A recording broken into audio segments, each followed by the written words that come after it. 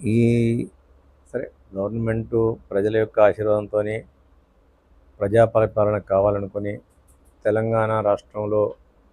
దుష్ట పరిపాలన పోవాలని చెప్పి తెలంగాణ ప్రజలందరూ కూడా మార్పు కోరుకొని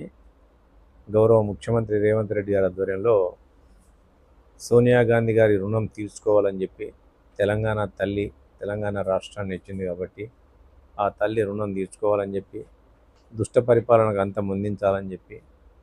తెలంగాణ ప్రజలు కలలుగన్న తెలంగాణ సాకారం కాలేదని చెప్పి